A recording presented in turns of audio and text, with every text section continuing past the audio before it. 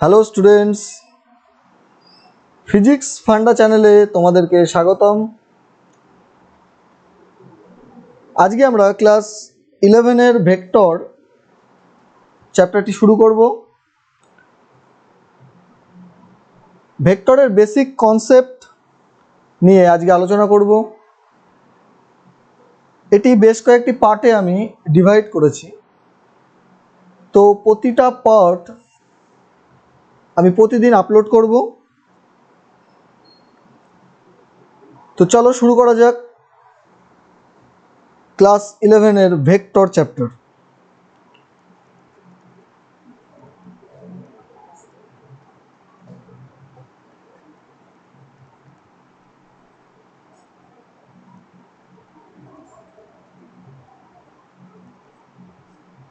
Vector কি? প্রাকৃতিক বা ভৌত রাশিগুলো দুই ভাগে ভাগ করা যায়। প্রাকৃতিক রাশি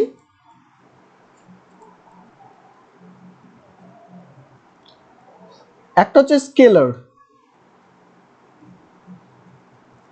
আর অপরটি হচ্ছে ভেক্টর।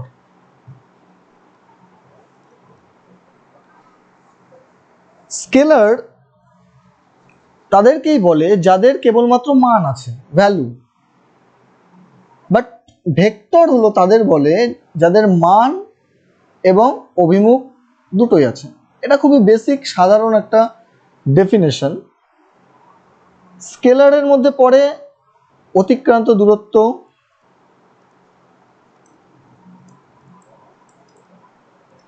চাপ, কার্য ইত্যাদি ভৌত রাশি বা প্রাকৃতিক রাশি।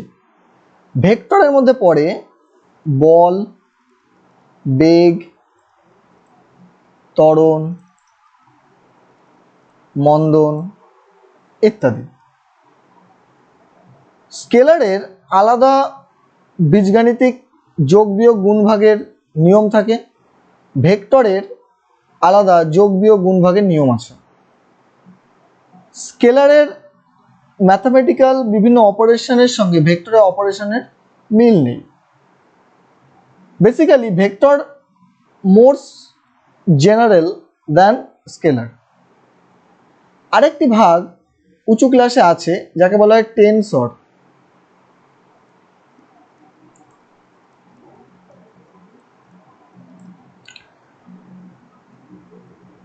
ভেক্টর যেহেতু বললাম এর মান এবং অভিমুখ দুটোই আছে, তাই কোনো ভেক্টর রাশিকে প্রকাশ করার জন্য সর্বদা একটি অ্যারো চিহ্ন ইউজ করা হয়। এই অ্যারো চিহ্নের লেন্থ ভেক্টরের ভ্যালুকে ইন্ডিকেট করে এবং অ্যারো চিহ্নের অভিমুখ ভেক্টর রাশির দিককে অর্থাৎ অভিমুখকে নির্দেশ করে। সাপোজ কোনো ব্যক্তি এ পজিশন থেকে বি পজিশনে যাবে, এ থেকে বি পয়েন্টে ব্যক্তি যাবে, তাহলে এই ব্যক্তি সোজা এ থেকে বি পয়েন্টে যাবে, অর্থাৎ ব্যক্তির অভিমুখ এ থেকে বি এর দিকে।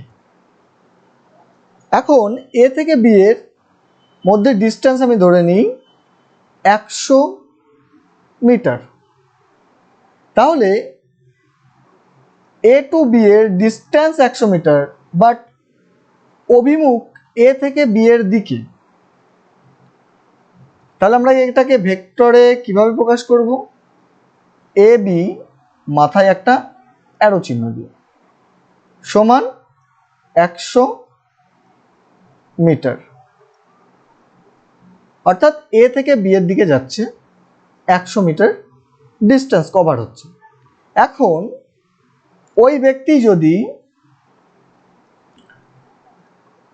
বি থেকে পুনরায় এতে ফিরে আসে, তাহলে আমরা তীর চিহ্ন দেবো বি টু এ, বি থেকে এর দিকে। সেক্ষেত্রে আমরা লিখব বি এ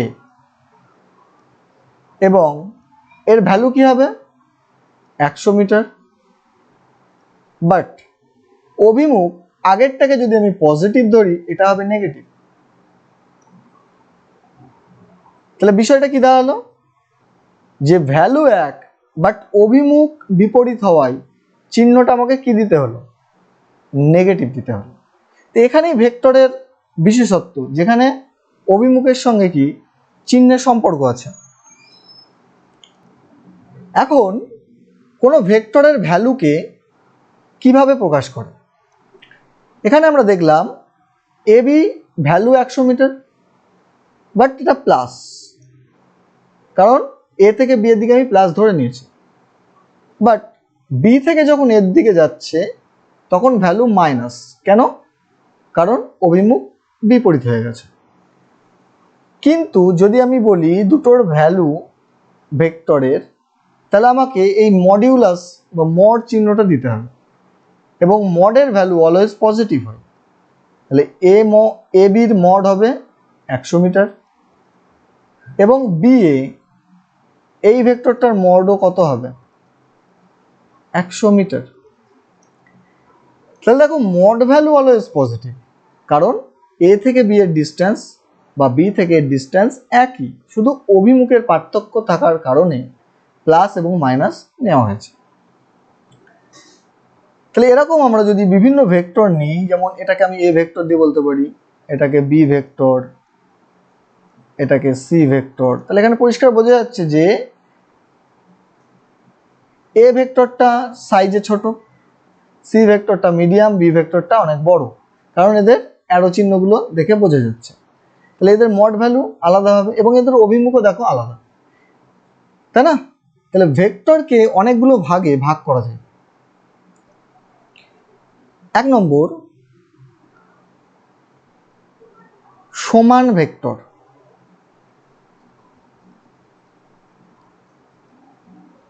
বা ইকুয়াল ভেক্টর। সমান ভেক্টর কাকে বলবো, ধরো এ একটা ভেক্টর এবং বি আরেকটি ভেক্টর, এই দুটো ভেক্টরের মান এবং অভিমুখ, অর্থাৎ mod A equal mod B যদি হয়, তবে এ ভেক্টর এবং বি ভেক্টরকে আমরা সমান ভেক্টর বলবো।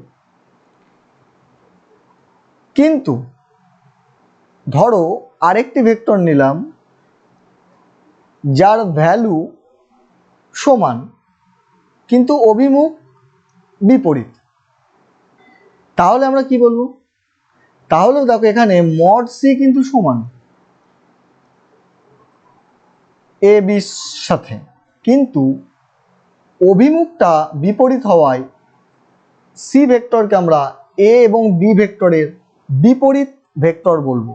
তাহলে 2 নম্বর কি পেলাম, বিপরীত ভেক্টর বা অপোজিট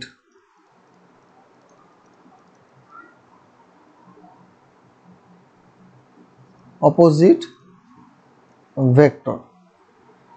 অর্থাৎ যদি আমি বি ভেক্টর লিখি সমান দিয়ে সি ভেক্টর লিখি তাহলে ভুল হবে, তাহলে আমাকে কি দিতে হবে, মাইনাস সি দিতে হবে, তাই না? কিন্তু এ সমান আমি বি লিখতে পারি, কিন্তু এ সমান দেখো আবার মাইনাস সি, তাই না? তাহলে এদের ভ্যালু সমান বাট অভিমুখ বিপরীত হওয়ায় চিহ্নটা কি হলো, মাইনাস। 3 নম্বর, এক রেখীয় ভেক্টর বা কোলিনিয়ার ভেক্টরস।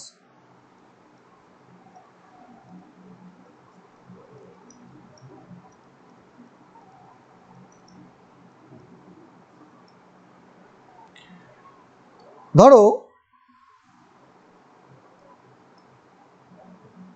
পি একটা ভেক্টর, কিউ আর একটা ভেক্টর, আর আরেকটি ভেক্টর, এবং এস আরেকটি ভেক্টর। এখানে প্রত্যেকটি ভেক্টরের অভিমুখ এক নেই ঠিকই, কিন্তু দেখো এদেরকে আমরা যদি সাজিয়ে লিখি, পি ভেক্টর, কিউ ভেক্টর, আর ভেক্টর, এস ভেক্টর, তাহলে এদেরকে একটা লাইনে সাজানো যায়, তাই না? তাহলে দেখো এই প্রত্যেকটি ভেক্টর একই লাইনে আছে, ওই জন্য এদেরকে আমরা কি বলবো, এক রেখীয় ভেক্টর। একটা কথা বলে রাখি, ভেক্টরের অভিমুখ যাই হোক না কেন, আমরা ভেক্টরকে সমান্তরালে চেঞ্জ করতে পারি। সমান্তরালে মানে দেখো পি কিউ, এই কিউ ভেক্টরটিকে আমি এখান থেকে তুলে এই জায়গায় বসিয়ে দিতে পারি, আবার আর ভেক্টরকে এখান থেকে তুলে এখানে বসিয়ে দিতে পারি। দেখো সমান্তরালে চেঞ্জ করছি, কারণ এরা সবাই সমান্তরালে আছে। এস ভেক্টরটাকে তুলে আমরা এখানে বসিয়ে দিতে পারি, এই যে এস, এটা কিউ, আর এরকম করা যায়, সমান্তরালেই করতে হবে। নেক্সট, একতলীয় ভেক্টর। একতলীয় ভেক্টর কারা? যারা, যে সকল ভেক্টর একটা নির্দিষ্ট তলের ওপরেই অবস্থিত। দেখো এই হোয়াইট বোর্ডটা একটি তল, সমতল। এই তলের উপরে আমি 5টা ভেক্টর নিলাম, এক্স, ওয়াই, জেড, এ, বি। তাহলে প্রত্যেকটি ভেক্টর এই তলের উপরেই অবস্থিত, অর্থাৎ এরা 2 ডাইমেনশনাল, 2D, দ্বিমাত্রিক, তাই না? তাহলে এদেরকে আমরা বলবো একতলীয় ভেক্টর। নেক্সট, খুবই ইম্পর্টেন্ট একটা ভেক্টর, সেটা হচ্ছে একক ভেক্টর। এই একক ভেক্টর নিয়ে আরো ডিটেলসে আমরা আলোচনা করব, এখানে শুধু ডেফিনেশনটা দিয়ে রাখি। একক ভেক্টর কাকে বলে? একক ভেক্টর হলো কোনো একটি ভেক্টর রাশির যার মান 1, অর্থাৎ 1 মিন্স 1 ইউনিট। একে সাধারণত এন ক্যাপ দ্বারা বেশিরভাগ ক্ষেত্রে প্রকাশ করা হয়। বিষয়টাকে একটু ডিটেলসে বলি। সাপোজ এ একটি ভেক্টর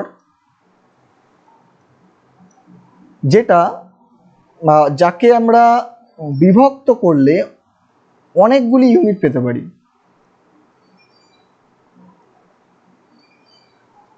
ঠিক আছে, এখানে কটা ইউনিট পেলাম? 1 2 3 4 5 6 7 8টা ইউনিট, অর্থাৎ এ 8টা ইউনিট দ্বারা গঠিত। ওকে, তাহলে দেখো প্রত্যেকটা ইউনিটের অভিমুখ কিন্তু একই দিকে। দেখো এটা ধরো ও পজিশন, ও থেকে O1 এখানে একটা ইউনিট আছে, O1 থেকে O2 এখানে একটা ইউনিট আছে, এখানে আরেকটি ইউনিট O3 O4, এখানে আরেকটি unit O5 O6 O7 O8। তাহলে প্রত্যেকটাই একটা করে ইউনিট ভেক্টর আছে। তাহলে এ ভেক্টর অ্যাকচুয়ালি 8খানা ইউনিট ভেক্টরের যোগফল, যোগ ডট ডট ডট 8 নম্বর, অর্থাৎ 8n, তাই না? তাহলে দেখো এই যে ইউনিট ভেক্টর, এ ভেক্টরকে মড করলে আমরা কি পাবো? এ পাবো, তাই না? এবং সেই এর ভ্যালু কত দাঁড়াচ্ছে? 8। এখানে এক্সাম্পল স্বরূপ 8। যদি 8 না হয় তাহলে শুধু এ ধরা যায়। তাহলে আমরা এ ভেক্টরকে যদি মড করি তাহলে কি পাবো? এ মড এন।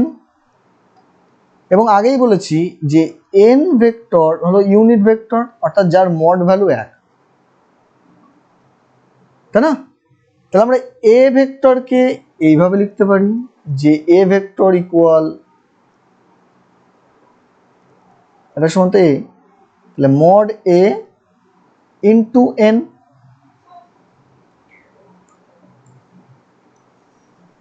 বা n ভেক্টর ইকুয়াল হবে a vector by mod a, mod value. তাহলে একে বলবো আমরা ইউনিট ভেক্টরের, এটা ইউনিট ভেক্টরের বেসিক ম্যাথমেটিক্যাল ফর্মুলা। তাহলে স্টুডেন্ট আজকে আমরা এই বেসিক টপিক নিয়ে আলোচনা করলাম, বেসিক ভেক্টরে কোন কোন ভেক্টরকে কিভাবে ডিফাইন করে, কিভাবে গ্রাফিক্যালি এক্সপ্রেস করে। আমরা নেক্সট দিন ভেক্টর অ্যাডিশন শিখবো, মানে ভেক্টরের যোগফল কিভাবে করে এবং ভেক্টরের বিয়োগফল কিভাবে করে, সেগুলো নিয়েও আমরা ডিটেলসে আলোচনা করব। আজকে এটুকুই। ভিডিওটি ভালো লাগলে অবশ্যই লাইক করবে, বন্ধুদেরকে শেয়ার করবে, যাতে আমি অনেক বেশি মোটিভেশন পাই, তোমাদেরকে আরও ভালোভাবে নলেজ শেয়ার করতে পারি। ভিডিওটা এতক্ষণ দেখার জন্য অসংখ্য ধন্যবাদ।